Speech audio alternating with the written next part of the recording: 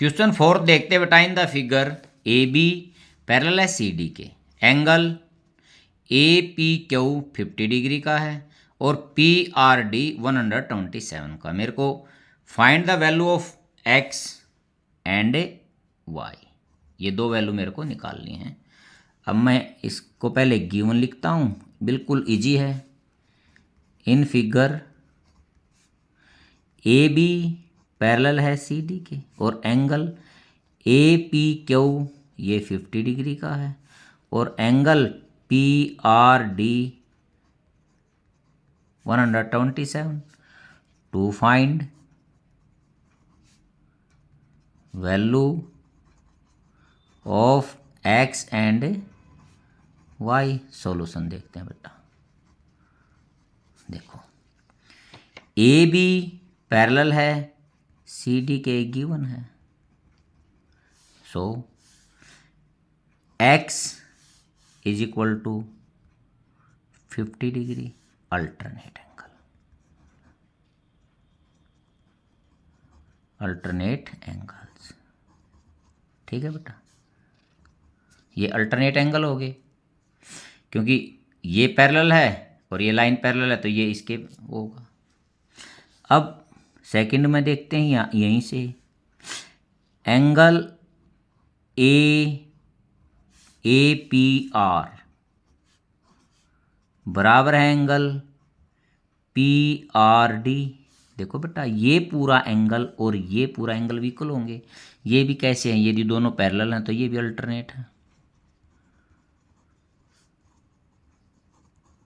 Angles. ठीक है, इसको मैं कैसे लिख सकता हूँ, 50 प्लस वाई और ये कितना 127, Y is equal to 127 minus 50,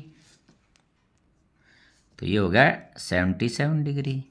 तो मेरा एक्स आ गया 50 डिग्री हैंस और वाई आ गया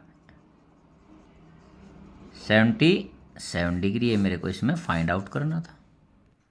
क्वेश्चन 5 देखते हैं बेटा। इन द फिगर ये डायग्राम है, P Q and R S are two mirror, ये दोनों मिरर हैं। ये ऊपर जो निशान लगा रखे हैं ये पेंट को शो कर रहे हैं। Placed parallel to each other, दोनों एक दूसरे के पैरेलल हैं।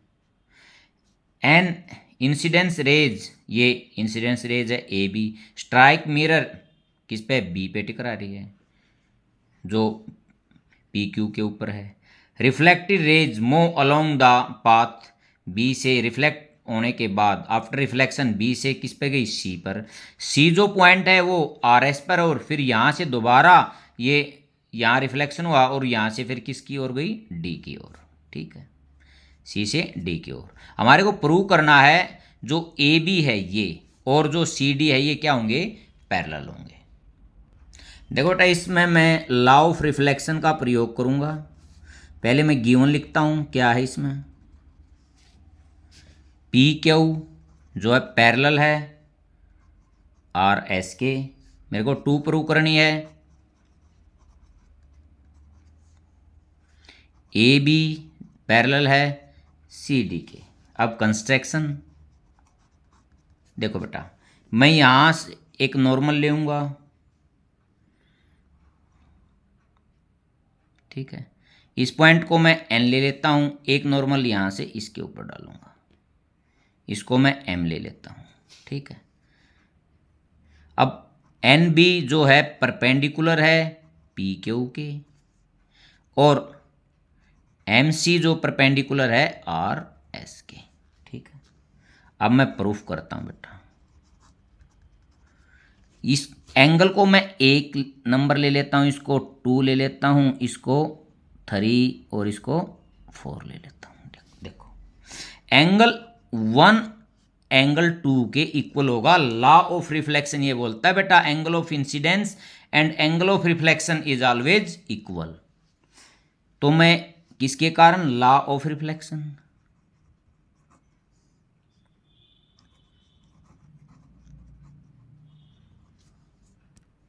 इसी प्रकार बेटा angle 3 is equal to angle 4, law of reflection.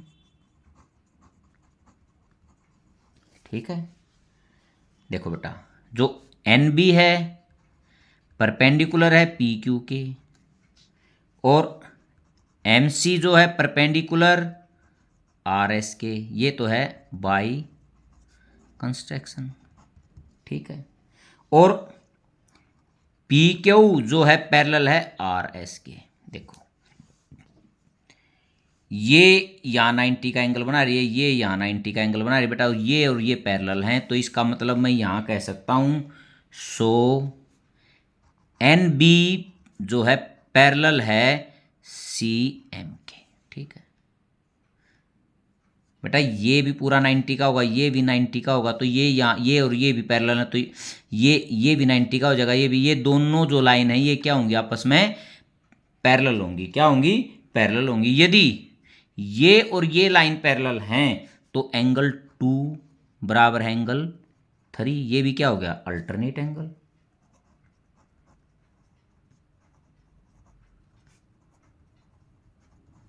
Angles देखो, अब मैं दोनों साइड 2 से मल्टीप्लाई करता हूं,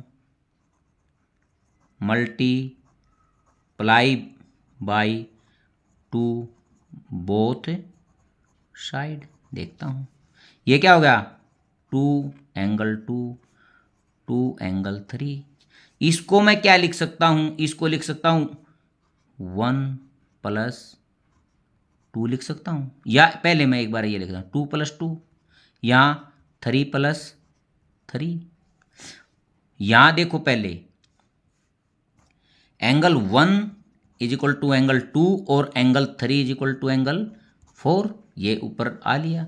तो यहां मैं लिख सकता हूं एंगल 1 प्लस एंगल 2 और एंगल 3 प्लस एंगल 4।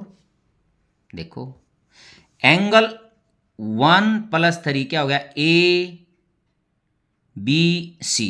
एंगल ये क्या हो गया, एंगल ए बी सी, और ये angle B C D.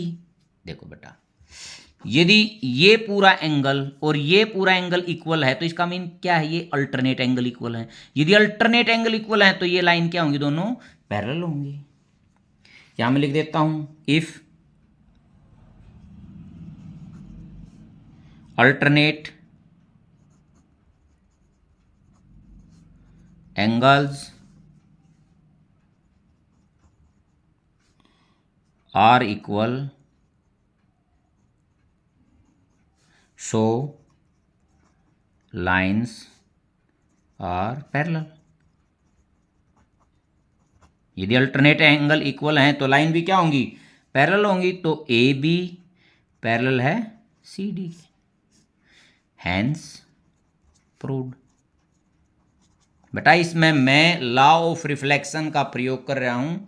Law of reflection का प्रयोग करके मैंने 1 2 के इक्वल और 3 4 के इक्वल कर दिया। फिर मैंने ये और ये भी पैरेलल होंगी, इसलिए 2 3 के इक्वल हो गया, ठीक है। और तो मैंने 1 plus 2 is equal to 3 plus 4 के कर दिया। तो ये अल्टरनेटिंग एंगल हो गया, अल्टरनेट एंगल इक्वल है तो लाइन क्या है, पैरेलल है।